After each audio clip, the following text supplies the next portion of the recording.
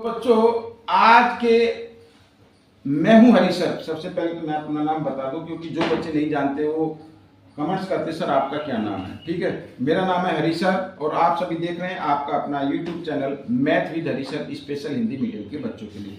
आज करने वाले हैं, देख लिया आपने, मेंटल मैथ कक्षा 6 का आखिरी भाग यानी अध्याय 3 संख्याओं के साथ खेलना का आखिरी भाग आज हम करने वाले हैं। आप प्रैक्टिस कीजिए, अच्छी रैंक लेके आइए, अच्छे मार्क्स लेके आइए, अपने पेरेंट्स का दिल खुश कर दीजिए। मैथ्स के अंदर सभी सब्जेक्ट के अंदर कीजिए, लेकिन मैथ में तो बहुत प्रैक्टिस करनी पड़ती है, इसलिए मैं बोलता हूँ ज्यादा से ज्यादा प्रैक्टिस कीजिए। ठीक है, तो चलते हैं अपनी टेबल पर और करते हैं अगला भाग और आखिरी भाग। ये करते हैं प्रश्न नंबर 46। क्या कहता है? बहुत ही आसान है, देखो क्या कहता है। कहता है 4 घंटियां 6, 7, 8 और 9 सेकंड के अंतराल पर बजती हैं। ठीक है, 4 घंटियां हैं, जो एक तो 6 सेकंड में बजती है, दूसरी 7 सेकंड में बजती है, तीसरी 8 और ये ऐसे 9 सेकंड में। तो कितने सेकंड के बाद सभी घंटे एक साथ बजेगी? ये पूछा कितने सेकंड के बाद, यानी एक ऐसा नंबर जो 6, 7, 8, 9 से भाग हो जाए वो नंबर हमें ज्ञात करना है। उतने सेकंड के बाद ही एक साथ बजेगी। और वो नंबर कैसे आता है? वो नंबर आता है बच्चों लघुत्तम समावर्तन निकालने से। तो आपको क्या करना, 6, 7, 8, 9 का आपको निकालना है लघुत्तम। ठीक है, आइए निकाल लेते हैं 2 से। 2 तिया 6, 7 यूं का यूं, 2 चौक 8, 9 यूं का यूं। ठीक है, 2 के पाड़े में तो आता नहीं 9, तो 2 से फिर 3 यूं का यूं, 7 यूं का यूं, 2 दूनी 4 और 9 यूं का यूं। ठीक है, अब 3 से कर लीजिए, यहाँ पर 3 एकम 3, 7 यूं का यूं, 2 यूं का यूं, 3 तिया 9। अब नीचे देखा सभी क्या है, अभाज्य संख्याएं हैं और एक एक अभाज्य संख्या आ गई है। तो हम इन सबको क्या कर देते, गुणा कर देते। 2 गुणा 2, 1 2 ये रहा। ठीक है, और 3 गुणा 3 गुणा 7 ऐसे। देखो 2 दूनी 4, 4 दूनी 8, 8 तिया 24, 24 तिया 72, 72 को 7 से करते, 7 दूनी 14। ठीक है, 14 का 4 का 80 लिए, 7 7 49 और 1 50, इस तरीके से। तो 504 आ गया बच्चों। कितना आ गया? 504। तो 504 सेकंड के बाद ये घंटियां दोबारा एक साथ, मतलब एक साथ बजेंगी। वैसे तो बज रही हैं, लेकिन 504 जब सेकंड हो जाएंगे फिर ये घंटियां एक ही साथ बजेंगी। ठीक है, उसके बाद फिर 6 सेकंड के बाद, 7 सेकंड के बाद 8, ऐसे अंतराल पे आ जाएंगी। प्रश्न नंबर 47 क्या कहता है? देखो प्रश्न नंबर 47 कहता है वह बड़ी से बड़ी संख्या क्या है? ठीक है, जिससे 37, 50 और 123 को भाग देने पर, ठीक है, 37, 50 और 123 को भाग देने पर क्रमशः 1, 2, 3 शेष बचे। 1, 2, 3 शेष बचे। तो अब बच्चों अगर 37 को भाग दे तो 1 शेष बचे। क्रमशः का मतलब यही होता है। सेकंड नंबर 50, 50 को भाग दे तो 2 शेष बचे, और 123 को भाग दे तो 3 शेष बचे।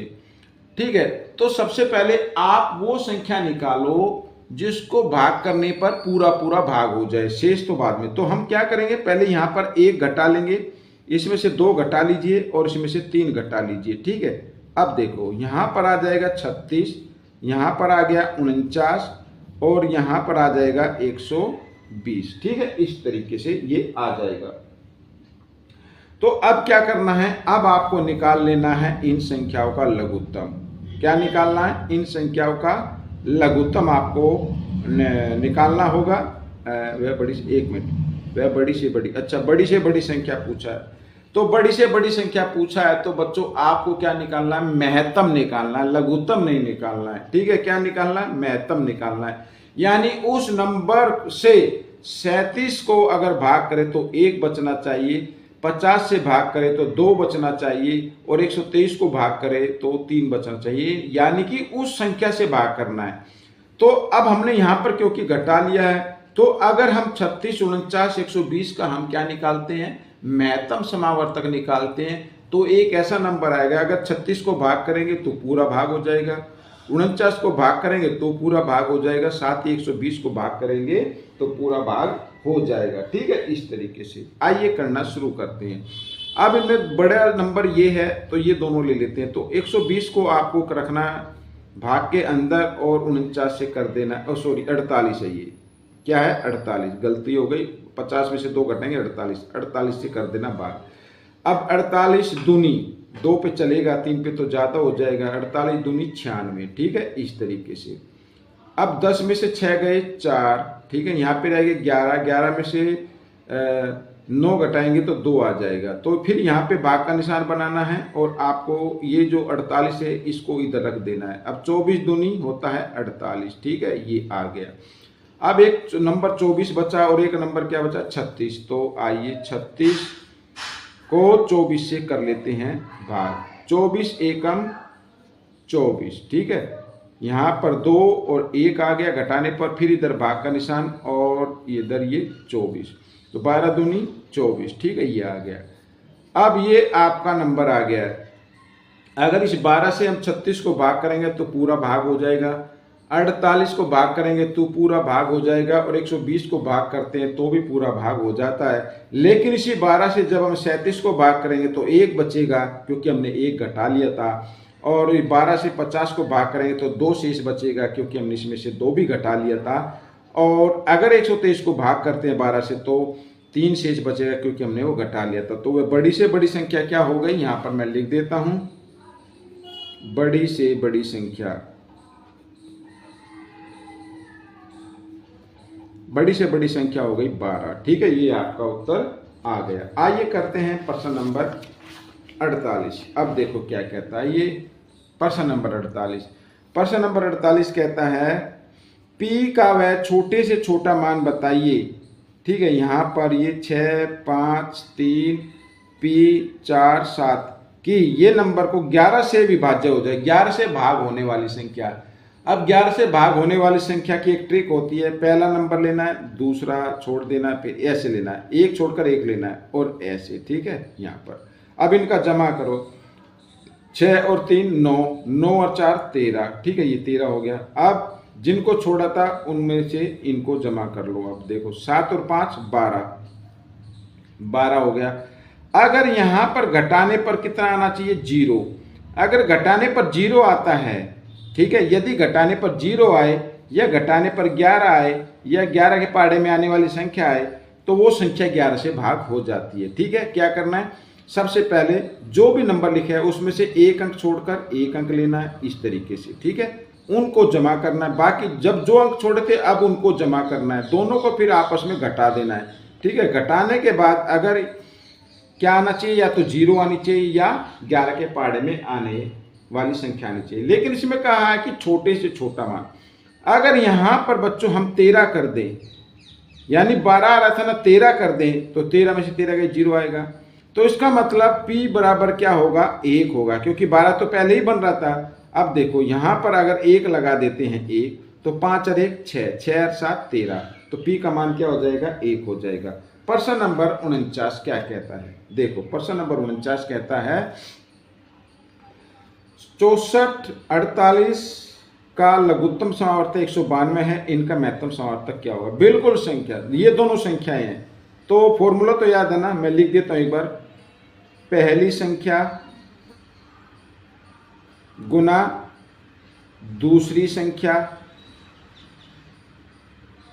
बराबर होगी महत्तम समावर्तक गुना लघुत्तम समावर्तक, ठीक है, इस तरीके से समझ में आ गया।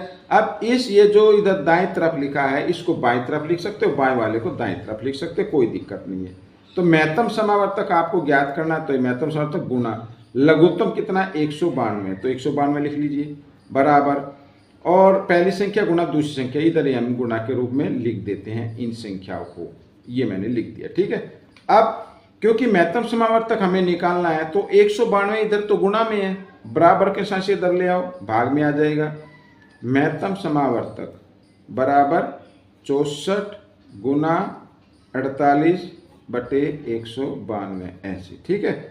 अब आप 4 से कर लो भाग, 4 चौक 16, ठीक है, 4 चौक 16, 3 4 अट्ठे 32, और 4 से इसको करेंगे 4 एकम 4, ठीक है, और यहाँ पे 2 4 24 हो गया, 4 6 24, ये आ गया 48 से 48 कट गया, तो आ गया आपका महत्तम समावर्तक कितना आ गया, 16 आ गया। ये आपका उत्तर बन गया। ठीक है। प्रश्न नंबर 50 क्या कहता है? प्रश्न नंबर 50 बहुत ही आसान है। अब ये ध्यान से देखो, यहां पर ये संख्या लिखी है का योग बताओ, और ध्यान से देखने पर पता चलता है कि ये सभी क्या हैं, ये सभी विषम संख्याएं हैं। सभी क्या है? विषम संख्याएं।